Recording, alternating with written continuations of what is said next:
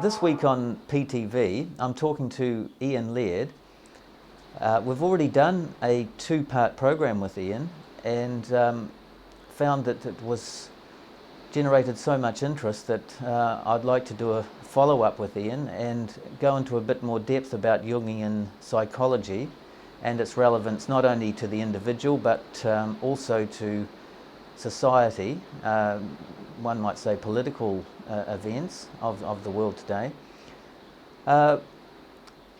My primary point of departure, and hopefully we will return with a lot more consciousness around this particular issue, is the positioning of the individual as what is being termed now for about a century an ego personality, the positioning of the individual in an individual age, which we do definitely live in. So much is up to the individual these days, you know.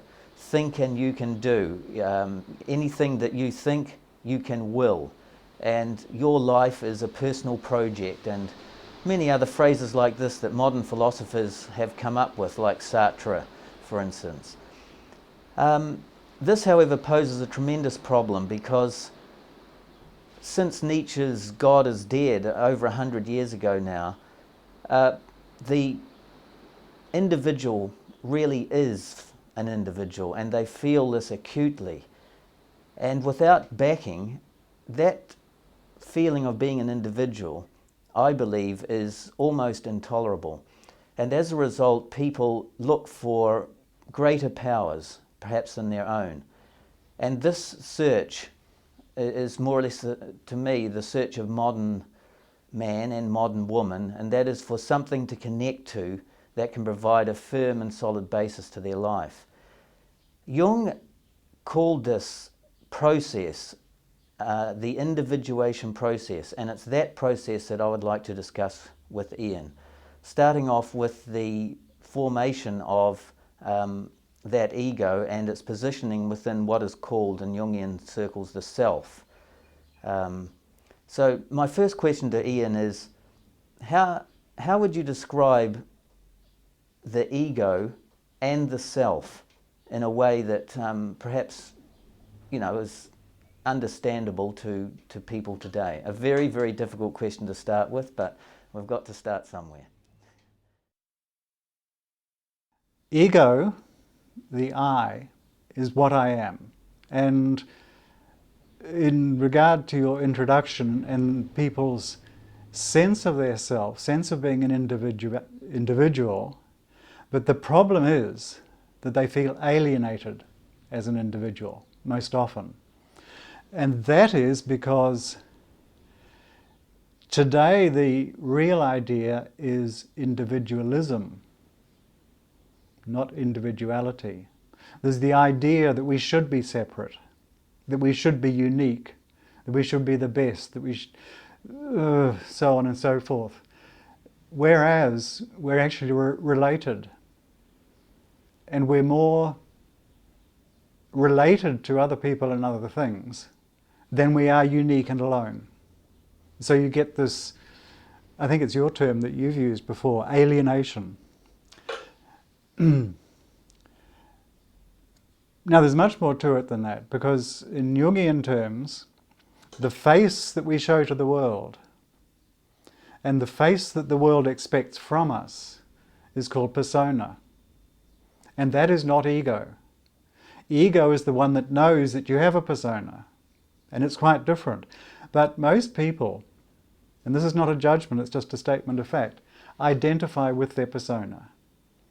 The doctor identifies with being a doctor, the school teacher identifies with being a school teacher, and so on and so forth. And sometimes this can get so extreme that the whole thing explodes. They lose their true personality because they identify with one aspect of it. Now, most people are much more rounded than that. But when you identify with your persona, you're living up to an ideal or an idea that you have of what you should be. And that's aided and abetted by people who have expectations of you, that as a child you should be good. And of course you don't want to be good as a child. Childhood is a time for not being good, but learning how to be good and how to deal with the not being good part. So as we grow up, it's mainly developing persona, which enables us to relate to the outer world and to society and so on and so forth in an identifiable way. But everything we don't live as a persona person in the world accumulates in the shadow. This is Jungian term. But in the center is what we call the ego, the I. To the outer world, the persona. To the inner world, the shadow, everything not lived in the persona.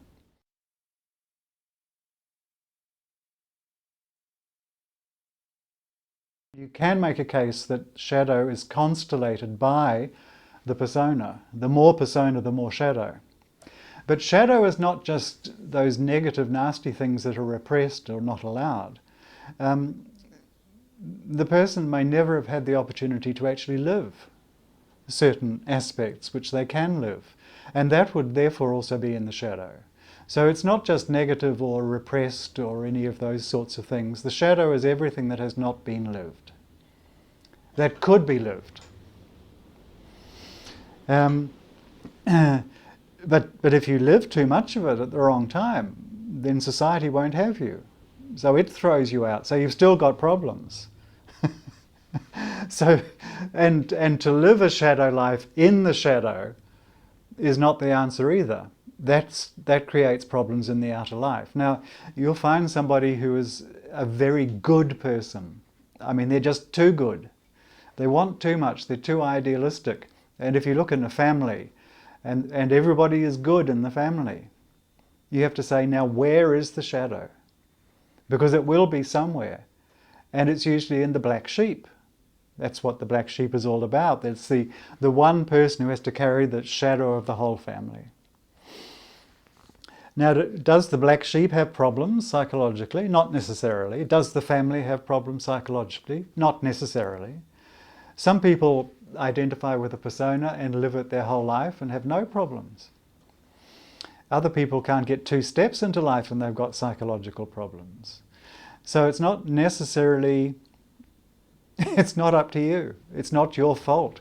These things happen because there is something more than consciousness. There is something more than society. There is something more than the 10 Commandments and all the rules of how we should live. There is the demand from the psyche. And it doesn't affect everybody. But sometimes it absolutely affects everybody. It's a psychic craze. You know, why suddenly do societies or nations or groups get an idea and go for it? You know, all the colonization, the beginning of that, the exploration. Why did people suddenly at that particular time in history decide to go exploring the world in the way they did? Well, one thing, they had boats and they knew something more about navigation. There are certain social reasons. But the thing is that there was a change of spirit. And you can see it epoch to epoch. That's what makes an epoch, not what happens in it, but that it's doing something different. Go back to the Christian era. Why? What happened there in a period of 400 to 500 years, because it didn't start immediately. But there was a new spirit came into the world, which eventually took over. And it's lasted for sort of 2,000 years in various manifestations. And this is not something that people decided to do, or if they did decide to do, where did the idea come from? Jung's idea is it comes from the psyche. And it's exactly the same in an individual life. Why at midlife does suddenly somebody decide to change, to give up what they're doing and move on? Of course you can say there are causes that they've got bored with it and so on. Why have they got bored with it? Why is it no longer interesting? And you can rationalize it and say, well, it's just run out of steam. But very often it's identifiable that there's a demand from the unconscious. That's from the shadow area of what has not been lived. And that ties in with what we call shadow in relation to persona, the unlived part of our life.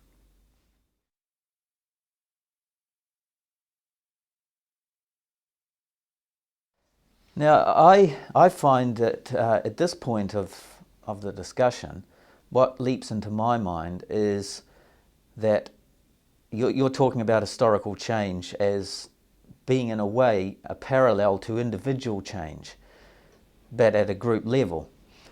And the most significant historical change that I can think of for Western people, and almost the whole world is trying to become Western, is the changes that took place about 2,500 years ago in the what is Greek antiquity, in the Greek city-states. Because my interpretation, and you can shoot it down, is that these city-states, some of which were in what is now Turkey, have had a gateway between East and West, as close to the East as the West. Well, the West didn't even exist, actually, but the East certainly did. And Egypt was further down. But the Eastern influence, which I think Heraclitus, as the great Greek antiquity philosopher, he accepted the Eastern position of flux, of flow, of not permanence, and he reflected that in his paradoxical philosophy. That was most unsatisfactory to the spirit of the time. That is, something within the psyche of the time, the unconscious perhaps of the time, couldn't accept Heraclitus. He was not a popular guy. He lived much of his life alone. He had independent wealth, so he could do that. Nevertheless, and there was quite a strong reaction against that sort of thing, and against the sophists who, even at that time, were postmodernists before modernism, because they didn't believe in anything ultimately real. It was up to you to choose, by the beauty of your argument, what was true, and that was the only basis for everything. There was a reaction against that too, and this was, and Socrates also, I propose, was somewhat of a nihilist in that he would continue to question any concept you might like to raise, which is the Socratic method, until you finally gave up and said, I don't know what this concept means. And he could choose any concept and convincingly prove that there is nothing at the heart of it. Of course, Kant and with the thing in itself, which we never know, and then later, Heidegger, etc., just picked up on this 2,000 years later, 2,500 years later, and said the same thing. It's just been going round. And so to the rescue came, in my opinion, Plato. Because although he said he was talking about Socrates, he was using Socrates to put forward Plato. And Plato's position was there is something, the forms. There is something there. It's not just pure creation of the individual psyche. We're not totally locked into the psyche.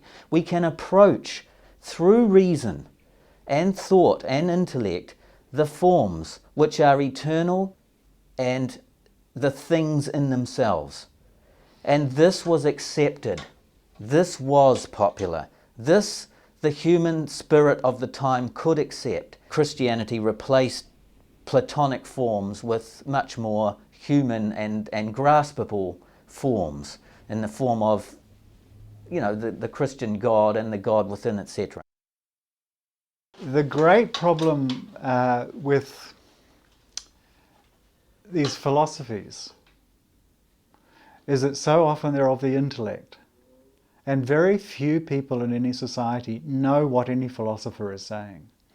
I mean, I don't know how much influence any of the ancient Greek philosophers really had on the society in which they lived. Some of them did, but for instance, the Orphic religion was greatly influenced by philosophy, philosophizing, I think it is. But to me, the most important thing is that it's been the religion of a society, the religious beliefs that have had the greatest effect on the societies. Now, you talked about the city-states, the Greek city-states. Well, that is civilization, that is civilized society that lives in cities, and that's where being civilized comes from. Unless you live in a city, you're not civilized. And of course, cities started, what, 4,000 BC, the oldest cities. So not very long ago in terms of the whole of human history. But you could also say that with the building of cities and the development of identifiable philosophies and writing things down is significant in terms of development of ego consciousness, which is still very young compared with our physical, natural existence. And it still has an awful long way to go. But to bring it back to the individual, okay, that ego consciousness is still extremely fragile and weak, which explains really why it identifies with persona and why society still demands of us that we identify with our persona, that we be the person we think we are, and not go off and do wayward things. This is why boy races are still a problem, because society cannot accept that boys have to race at that age. And if they're not racing, they'll be doing something else. And so they're probably doing something completely harmless. It's just society doesn't like it. But that's not being an individual. Boy racers are not individuals. They can only function in the group. Because what's the point of doing something, of racing your car alone? Nobody knows. It has no meaning at that stage. So this shows how we're tied into the collective. And we're not, they might think they're individuals, but in a psychological sense, they're not individual. But being an individual is a very problematic thing, because the very word actually means undivided. Individual, undivided. And that is undivided from yourself, your totality, but also undivided from society. So being an individual actually fits you into a society. As Jung said, the individuated person relates better to the society they live in. They function best when they are related, not when they're trying to be unique, not when they're trying to be different. So I don't know if we've got from ancient philosophy to that, but to me, ideas and thinkings and philosophies have very little effect on life, except in the intellectual academic sphere. But I don't, because most people don't know them. They may know the names Plato or Aristotle, but I bet they've never heard of Heraclitus. I mean, Jung loved Heraclitus and was always quoting him, but you still can't get a decent English translation. The place that religion plays in life, not a particular religion, but the religious aspect of life, that place has been denounced by the rational Western society and has left a gaping hole. That's my point. And therefore, I think that philosophy, or any pursuit of meaning, which in the end means something that doesn't constantly change, it's something that has some stability with which one can hold on to, which is what God used to perform that role as the eternal creator. That philosophical search has now taken on a new and more important meaning and can no longer be ignored, especially by people who do feel the influence of their psyche at an early age. These people now are, at a very early age, left alone with their psyche, much more than in the past, where there were far more religious and other social and structural supports. So all of these factors are coming together to the point where philosophy, Heraclitus might have been ignored at the time, but 100 years later, he can no longer be ignored. And that's what I'm trying to say. The thing is, religions come and go and change.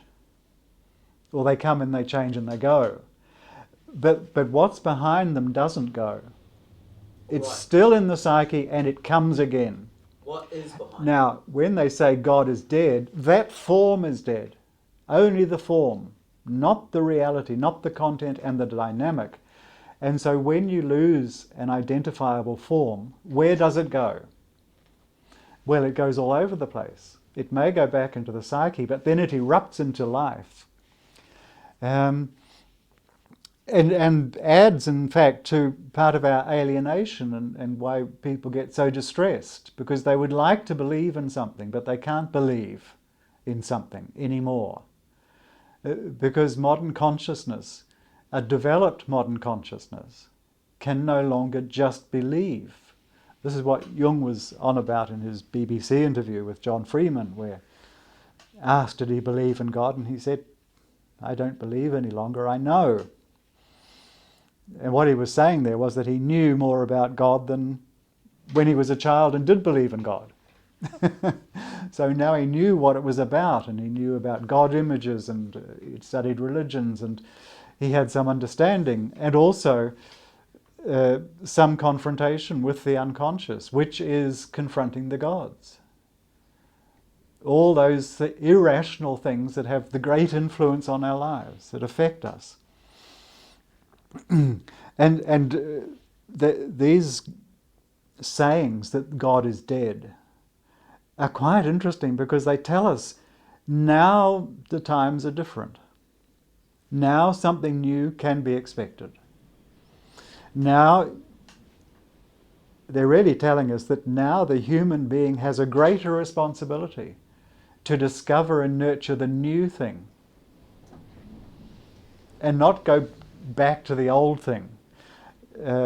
Jung was a Christian, because anyone who's really Western or has a Western heritage is Christian, because it's had the greatest influence on us. You don't have to be practicing, you don't have to go to church, that's irrelevant. Now, I mean, at one time it was what carried you, but it no longer carries most people. So it no longer works, but you can find a new way. You can find it in the unconscious, but in a new form. And that is what then carries you. But it's, you see, it's not the observance and it's not the morality of religions that are important. It's the meaningfulness of what they give to a society and to a human being. And it's meaning that carries any of us. If you can't find meaning in what you do, then you cannot live.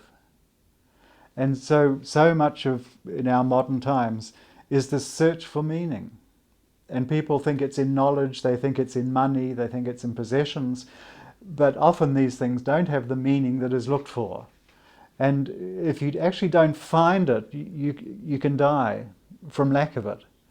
It's like if you can't get enough water or food, you will die. Well, if you can't get meaning from life, you will die psychically. And that is the great problem of our time. That is the great psychological problem. And that in fact is behind all psychological problems. When the individual has not got meaning, then they have a problem.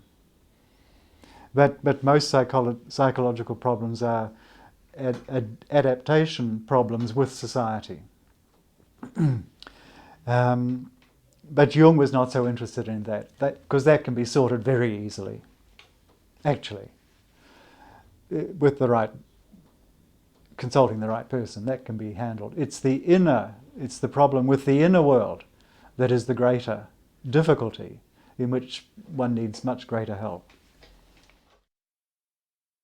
That's when we look within, into the psyche, to find to find this meaning, the answers lie within, is what I would paraphrase it. And of course that's so, know thyself. I believe that was what was over the gates of the Eleusinian, where they used to go to consult the mystics. And that is, know thyself, in that sense, means go in, to find knowing, go in. And that is what Buddhists would say. That is what Hindus would say. That is what Protestants would say, as opposed to Catholics. This is where I become the devil's advocate, and I literally mean that. The one who's cast out.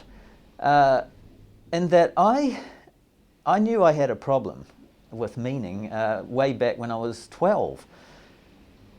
And I was confronted with that problem by the problem of infinity, which threw my psyche for a complete loop and caused considerable anxiety even at that age. And I started looking unconsciously, well, not knowing what I was doing, looking for meaning, but I certainly didn't go within. I looked without. And, in all of the sciences. And I believe that one shouldn't dismiss the search for meaning, ultimate value, by scientists who are searching with that, by astrophysics, whatever the science is. That is our heritage, and I think I find it quite disconcerting that meaning cannot be found in that scientific search. And I'd like this is where I have a problem with Jung, I have a problem with Buddha, I have a problem with Hinduism, because let's look at that. The scientific attitude, and that's the primary thing, it's an attitude to things of investigation and verification, experimentation if you can, but you can't always experiment. I mean, when you explore space, you can't experiment. So observation is so important. Well, that's what I was talking about. When you confront the unconscious, when you go to the world within and deal with what it presents to you, you have to have the scientific attitude can actually help you. Because you don't just accept things at face value, you question them. And you say, do it again, and is this so? And you don't just swallow it whole. But the thing is, it's a living reality. And because it's real, it's meaningful. Now, you can read Jung's books, and some people find them easy to read, some people find them difficult, some impossible, some get infuriated, some get carried away.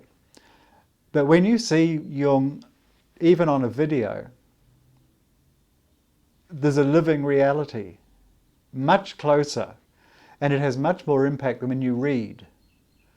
So one of the problems with philosophies is it's all sort of, it's in the mind, and where's the living reality? We don't even know what these people look like. There's no immediacy, there's no meaningfulness,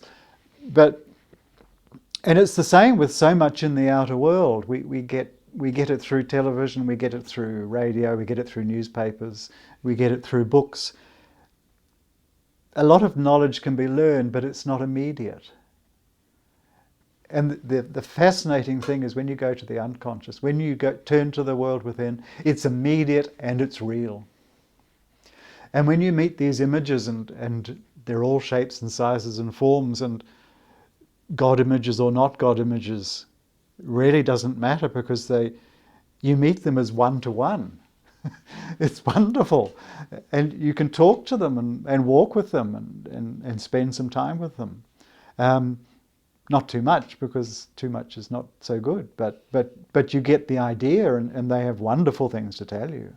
And then you go back and you find it was written 4,000 years ago, but no one took any notice since. And you heard it from this friend, this person that you were friendly with for a short time. I'm not saying everybody should do it, because it can be very dangerous. It can destroy you. You're lucky if you survive, but the same in the outer world. We're lucky if we survive. But to me, that's where the meaning comes in. But you've still got to live, and it doesn't give you all the answers. It really doesn't. I mean, I still worry and trouble over this, that and the other, and get into despair and have times of elation, and can do things today and can't do them tomorrow, and life goes on. Because that is the important thing, that we live life not necessarily the way we think it should be lived, but to the best of our ability. And then you come back to your true personality, what you are meant to be, as opposed to what the world thinks you should be, or even what you think you should be. I've learned so many times that I can't be what I would like to be. I have to be myself.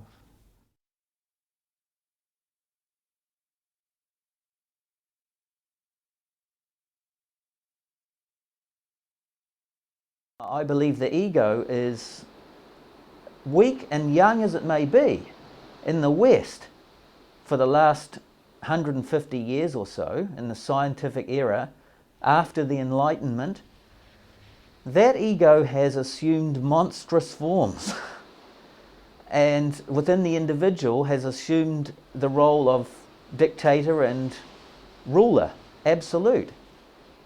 And its confidence is based on the scientific attitude and the powers unleashed by science and put out into the world as manufacturing and planning and war, etc.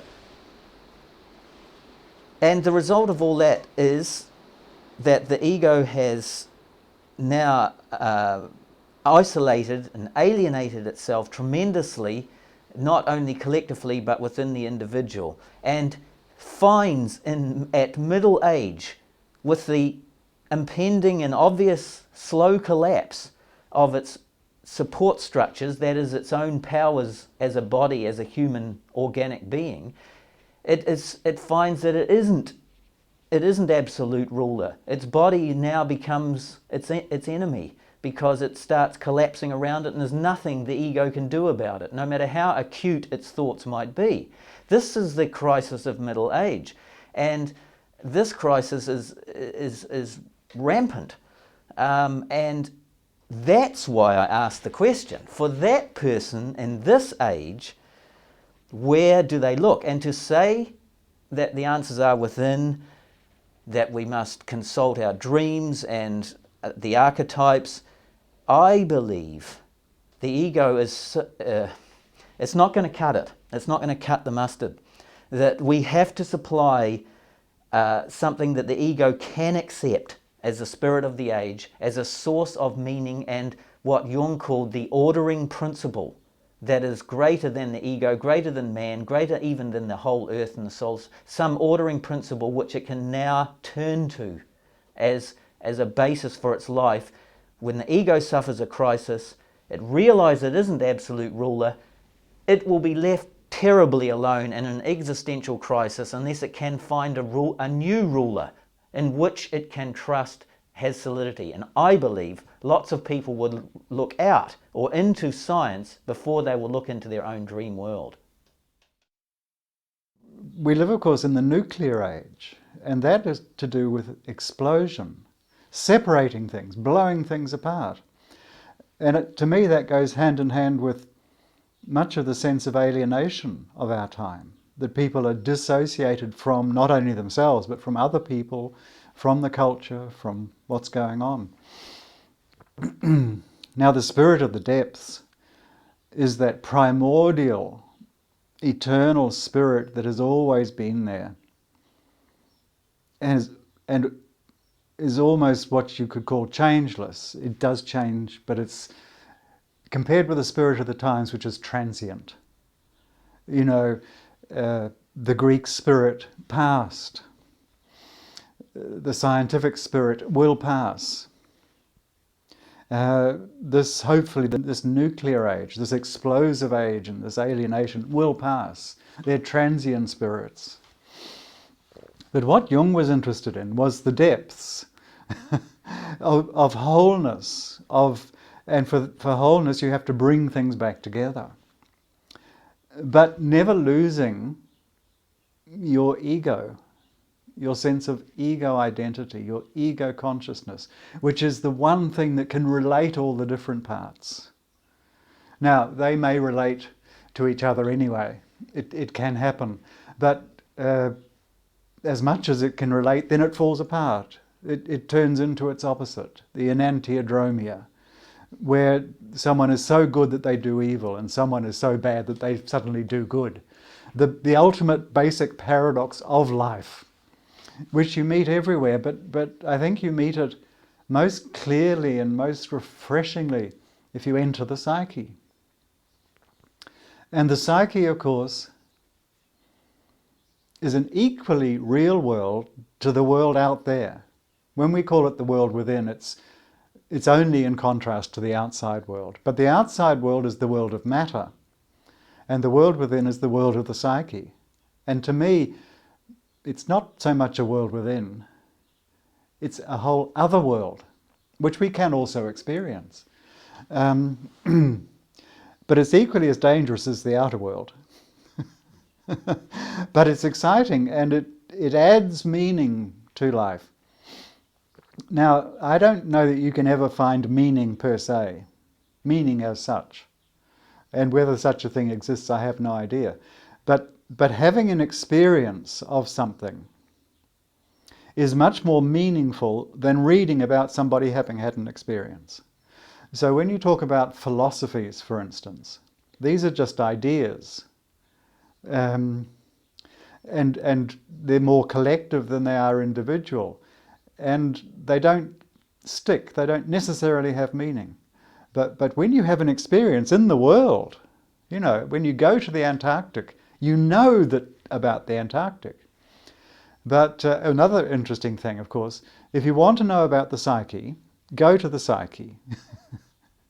You will only, in the outer world, the world of matter, you will only find the effects of psyche, not the thing itself. And it's the same, if you want to know about the Antarctic, go to the Antarctic, don't go to the Sahara. Because in the Sahara you may get some effects from the Antarctic, weather-wise, you know, there is a connection, but you won't experience the real thing. And I think that's most important. And in all these instances, it's the ego consciousness that has the experience and can know and can reflect on it and can give an account.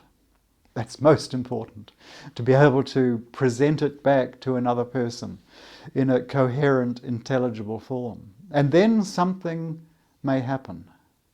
Then there may be a development of consciousness, of collective consciousness, and hopefully of the world.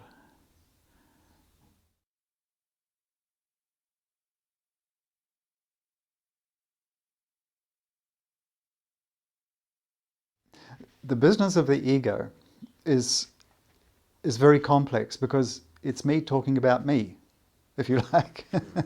Subject talking about the subject, and it's very difficult to do. But ego consciousness, we've already said it's a relatively new thing. As far as humans are concerned, the individual ego consciousness that we can identify today, which is what Jung talks about. For millions of years, most people lived much more collectively than we do today.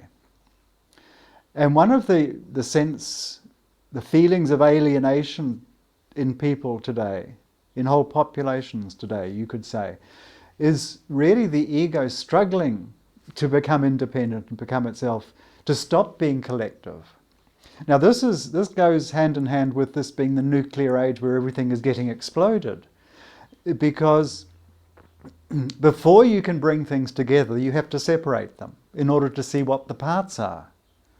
And only then can you bring them together. So the ego, in fact, has to struggle and often has to blow the personality. Let me put it another way. The personality gets blown apart. And we call that falling into a depression. We can't relate to anything anymore. The world goes black, there's no excitement, there's no joy, and we just fall into a hole. Now, it's the ego that knows it's depressed, right? And in that depression, if you're lucky enough and can avoid drugs to get you out of it, you'll find the treasure. in the darkness, and then you will come up again, you will grow up What is the treasure? together. The treasure is that thing that says there is something worth living for. It can come to you in a dream, because this is a psychic event. It's not physical, it's not neurological. The brain hasn't collapsed to form the depression. It's the psyche has taken all the energy away, if you like. Now these are images, these are pictures. To describe an event that is very hard to describe. Most people can't stand to be depressed, and so they take drugs, and it flattens the personality. And Jung talks about this. Then at best you get a restoration of the persona, not of the ego, okay? And people can exist on. But if you're lucky, and maybe it's constitutional, I don't know, in the darkness you may find the light. Now that's an image. That's an image. I'm not saying that you see the light. I've seen the light so many times it no longer impresses me. Because that's not the real thing that one is searching for. But one finds that suddenly one comes up, and often it's quite a struggle, and it takes quite a long time, and it's only when you get out of the depression that you know what's happened. You can look back. Because it's a living experience, you see. And you can't be taught it. And even hearing about it is not going to help you. If anybody who's got depressed knows that they're alone and helpless, but that a saving hand may come in. Is that what Jung called the rescuing power? Yes, I don't recognise the phrase as being Jungian, but yes, something happens that helps you out. And then you know that you're not alone. Because the ego often feels alone. Because of it's exploded, it lost all its contact. And that's what's happened in a depression. You can't relate to anybody or anything. And suddenly you find that little thing that you relate to. That comes from the spirit of the deep, then? Well, ultimately, but yes, it comes from the unconscious. And it might come in the form of a dream or a feeling. Sometimes it could come from the outer world too. An event happens. You know that the whole point of having wars, traditionally, I would say probably for millions of years, where tribes would fight other tribes, is to change things, is to get things upset. Because when it all settles down and you go home after a little bit of fighting, everybody feels different. They're energized and they get on with life, and they get a bit creative for a while. And until the humdrum daily routine is too much, so let's have a wee war. But nowadays it's turned into utter destruction. Whereas the primitive, would just kill one or two, have a little effect, so that it's not a waste of time, draw blood, all the young men would get blooded, in the encounter, and then both parties are quite happy and they'd go home until next year. It was quite ritualized, and of course it has a huge symbolical significance, religious meaning. And we've lost that in our time because there's far too many people and there's nowhere to go and you can't fight people anymore like that. But you see it on the rugby field. In all sports, in the arena, the formalized opposition in which somebody is going to win, and usually some blood will be drawn. Now everybody says it's terrible, that you shouldn't gouge eyes in a rugby game. But of course it'll keep happening, because that's what the spectators need. Draw blood. And then everybody's happy. It's real. You see, blood is reality. Blood is life. And it makes the game reality if you draw blood. Just winning is a bit boring. Just losing is a bit boring. But if you have a bit of blood along the way, then it's fun. Something has happened. Now, I've got distracted because I was really talking about ego consciousness and the difficulty of preserving ego consciousness, and it's the ego that has to do it. But going back to, you get into a depression, something comes and saves you from it. And it can be many, many things, but then you know that you are not alone, that the ego is not alone. And the thing that saves you is not the doctor, and it's not the family, it's not the people who give you good advice. it's yours in a way. And of course it is a part of you, it's a part of your personality. And you need to discover these things in order to live more a whole life, a life of wholeness. Now, wholeness is not everything. This is the most important psychologically. Everything, if you think wholeness is everything, then that's megalomania. And that's the sure road to hell, if you get into that, because then you want everything and you get greedy and so on and so forth, and you get lost. Wholeness is a feeling. You feel whole, you feel related. I mean, when you fall in love with someone, you feel whole. And it's only one other person, and everybody else is doing the same. So it's not everything. Wholeness is a feeling or an idea, but it's a psychic reality also. And this is ultimately what you... Very hard to find that in the outer world, I think. In times gone past, you would find it in religious activity. It doesn't work anymore for most people in the 21st century. But you find it in the psyche. Because there you find all these people in a whole family, and you're all related, and you don't necessarily like each other. And you have to have a few battles and a few arguments, and some people you have to avoid in the psyche. But they're all part of you. And then you say, my God, isn't this is interesting, this is worth living. This is a life I can live.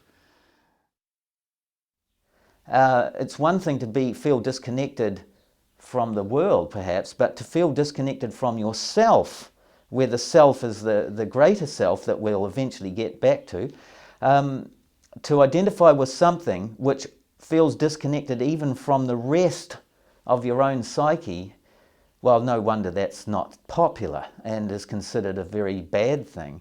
However, the way you've painted it is that it can be, if it can be held, and if that, what I call the rescuing power and you call a saviour, or if something can be experienced, not seen, not seen as an observational thing, as if from a distance, but experienced as being part of the ego. Suddenly the ego experiences something that it is part of. And that's what Jung called a numinous experience. That is a very powerful experience of connection and relatedness that comes from, literally, God knows where. Because only God knows where that came from. And He's not telling. And God isn't saying. Nobody's saying. And nobody can tell you, because this is completely unique to you or me if I have this experience. This is truly me in its essence, having a related experience. And yes, I believe that if one can and has the constitution or the dharma or whatever word you want to use, the luck, to be able to hold their depression long enough and survive that to the point where you have this experience, then that would be a gift indeed. And then the ego, the way you painted it, feels related then to those other parts of the psyche which, though it may not like them, or if we go into judgmental mode, which of course egos do, well certainly personas do, then we would judge that as good and that as bad. But if we can come to a certain state of acceptance of all of those parts that we see there, and a connection to them, even if we don't really want to be connected, but we see them there and accept them at some level as being part of ourselves, then this is getting somewhere towards individuation and somewhere towards understanding what the self really is.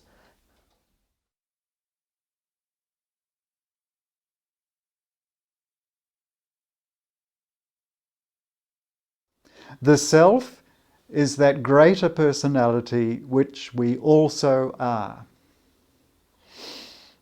It is the greater thing, and we are in it, but we have to remain slightly apart from it.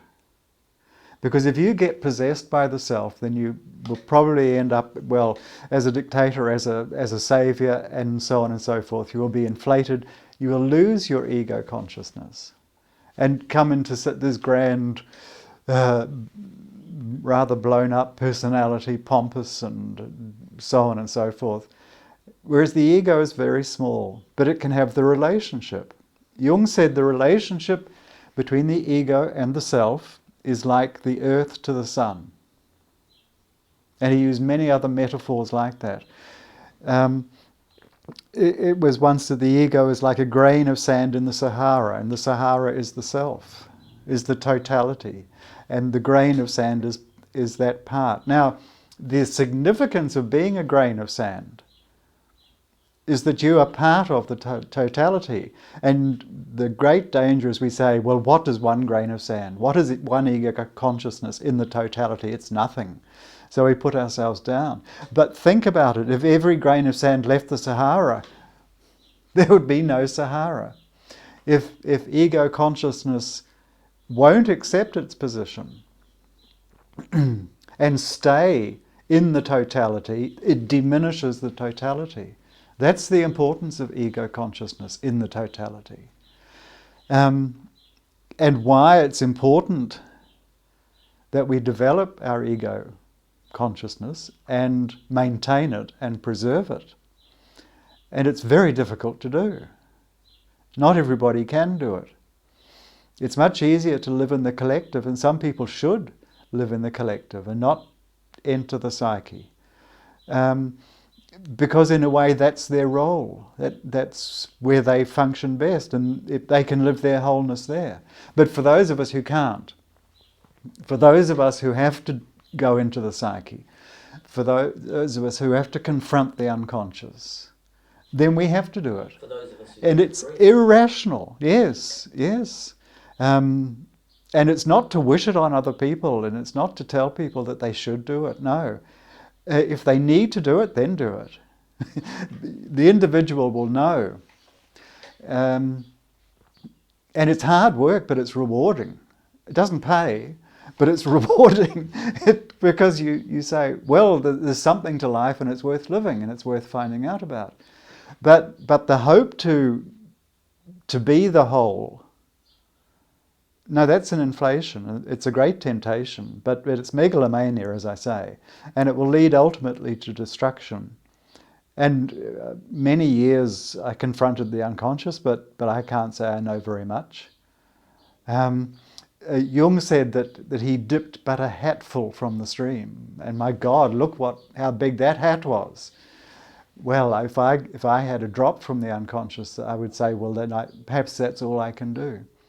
I think Jung also says that the self is the centre of conscious and unconscious. The centre, not the totality. Whereas the ego is the centre of consciousness only. And that's why the ego must not identify with the self and try and become the centre, but have this relationship which is like the sun and the earth goes round the sun.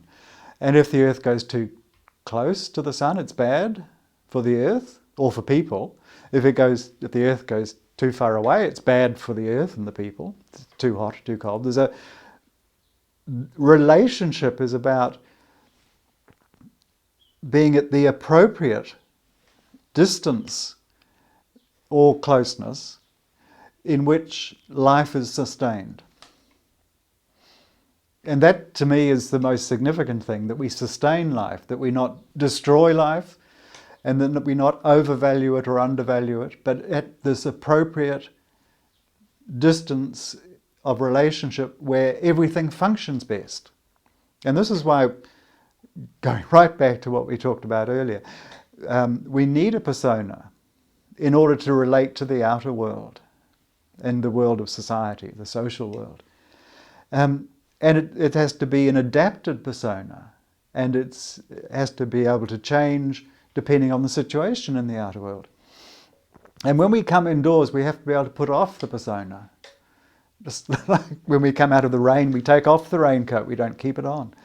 And when we go swimming, we put on swimming clothes, and if you still do, I mean, a lot of people just take everything off, but in a situation where it's acceptable. And it's the same with the unconscious. We have to have the right attitude. Attitude is the face we show to something. So persona is the face we show to the world. That's an attitude. And to the unconscious, we need an attitude also, so that we can relate decently. As an individual who is both related and yet separated, at a decent distance where you can relate. If you get too close to a person, the lovely term, of course, is having the unconscious in your pocket. You can't have the unconscious in your pocket. You can't have it, but you can have a relationship. That's the most important thing. And that is this sense of order also. That comes up in mandala symbolism. And but order by itself is deadening. But you need order within which you can have chaos. The ultimate paradox. And order allows chaos to be non-destructive. And so this ordering factor in the psyche, the mandala, the self even, as an image of wholeness, and it allows the ego to be truly what the ego can be. If the ego becomes the self, gets inflated, then it can't be what it needs to be. It can't misbehave. It can't be chaotic. And we need to be chaotic. We need to be right sometimes and wrong sometimes. Most of all, we need to be wrong. Most of all, we need not to be safe, but we need to be in danger, so that we can learn how to cope with it, so that we can come alive. Because if you're safe all the time, you have no skills in how to deal with dangerous things. And the dangerous things would always come along. So you need to have some experience so that next time you know what to do and how to cope with it. And it's the same with the psyche. And the same with this idea of wholeness and order. It needs the chaos too. Or it supports it, it allows it. And then you have a wholeness, and that's worth living. That's worth living. I believe that the Western condition is inflated as a whole, in that it thinks that it can secure people and the individual against the world with its knowledge and its intellect and its understanding. And the result of that that's an inflation, and the world responds with danger and the possibility of annihilation. Instead of it being the individual, though, it is entire entire societies that are now inflated and therefore risking destruction. Jung was always talking about the problem of the opposites. Now, it's not that the opposites are a problem. The problem is with ego consciousness that can't hold the two together. And this shows you the fragility of the ego also. And also, if the ego identifies with the persona, which is usually good, then it has to deny evil. And this has been 2,000 years in Christianity, where evil has been denied because it's one pole, good and evil. And so we get the evil anyway, but it's not under conscious control.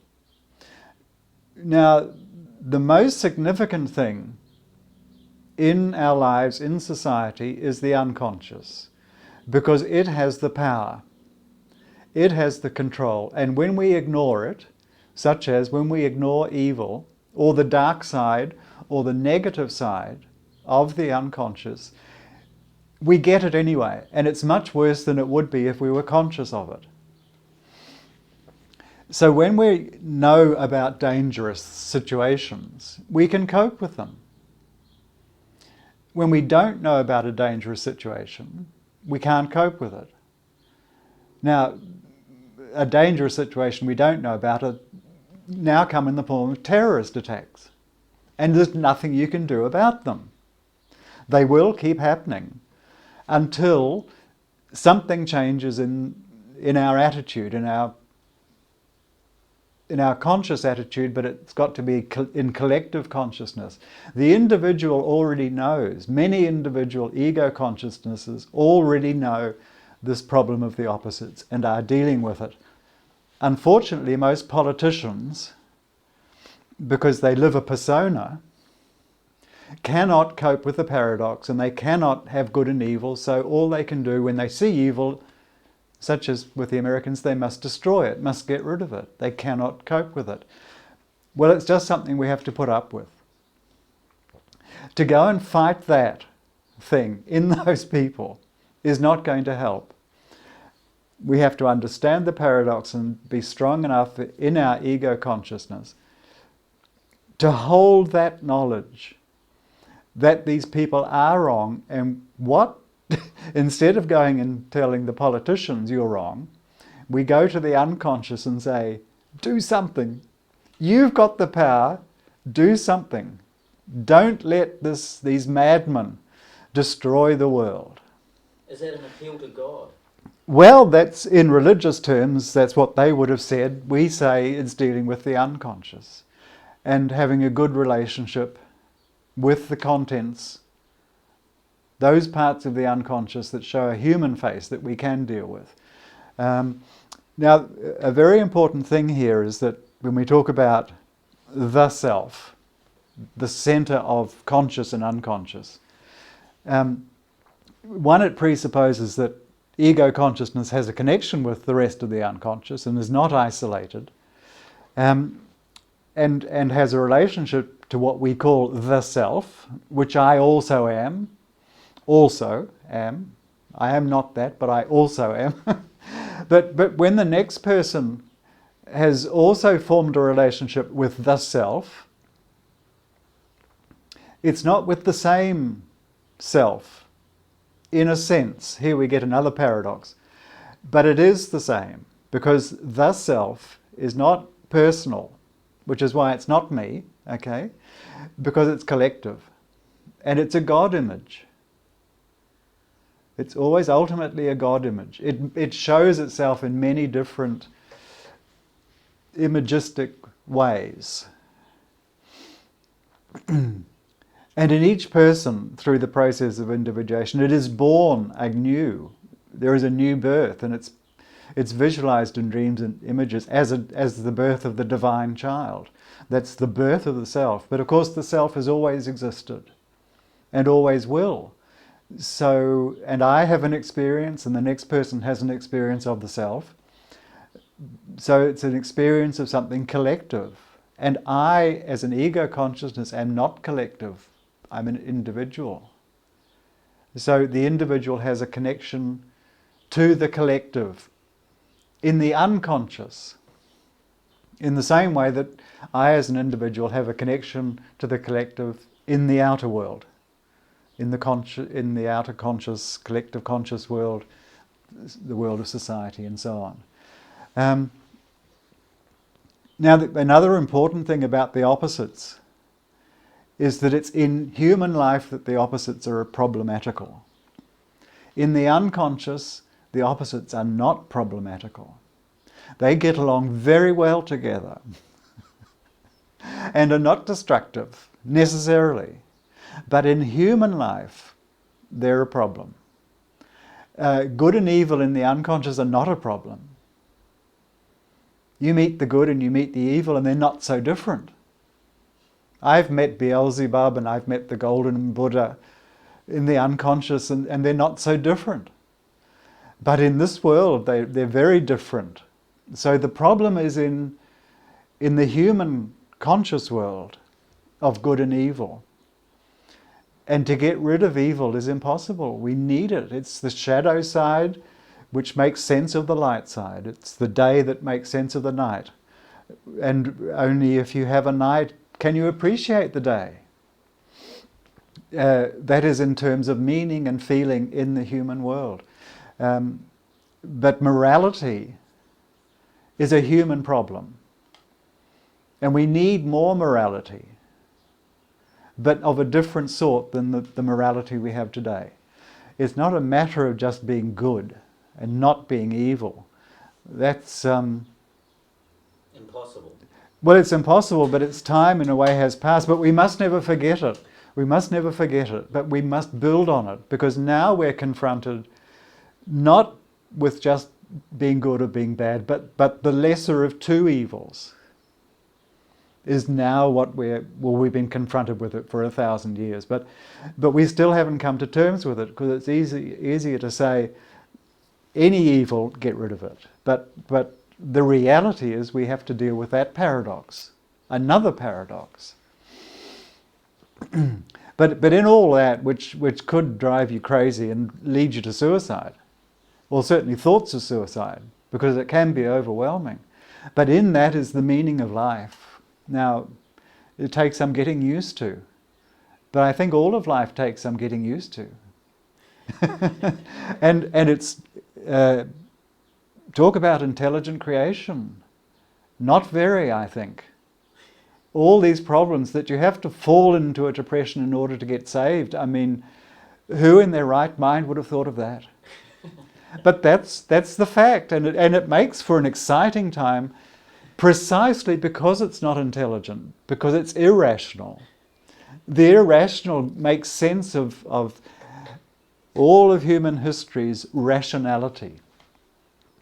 And this is why I don't worry too much about what we can see as mistakes in human history that have led us on the wrong path, because they may have been necessary detours to accomplish something in one sphere in order that the next thing can really happen. But it's why we have East and West, and why we have so many different religions. Now, it's not that one's right and one's wrong. They're all right and they're all wrong. And how can we live with that? Well, we have to find a way through. And to me, one finds it through the unconscious, because that's the eternal, the primordial. That's the bottom of everything. That's where all the ideas came from.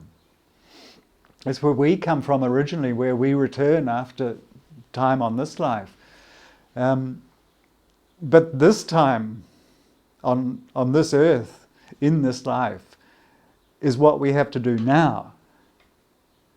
And we have to live this now as it is, in its reality, in its fullness, with all its failings.